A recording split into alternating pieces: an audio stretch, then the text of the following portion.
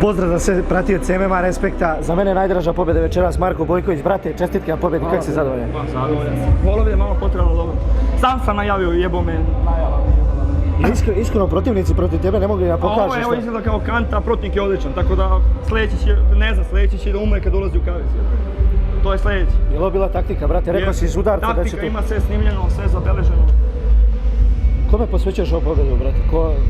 Ko ti je najviše pomogao, brate? Svima koji me prate, koji me vole, svi su oni zaslužni pođeni. Šta je sljedeće za tebe? Vidjet ću.